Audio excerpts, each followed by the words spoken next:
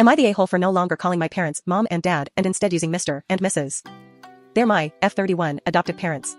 They loved me unconditionally compared to my bio parents, but as soon as my younger sister, F28, their bio daughter, came into the picture, they started leaning towards favoring her. They still treat me well, don't get me wrong. But they have their moments, especially on holidays.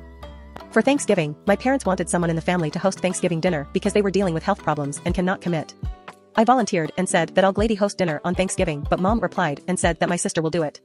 I asked why, and after pressuring her she said that she's the bio daughter, so technically she's family. I asked if I wasn't family, and she and my dad said it's complicated.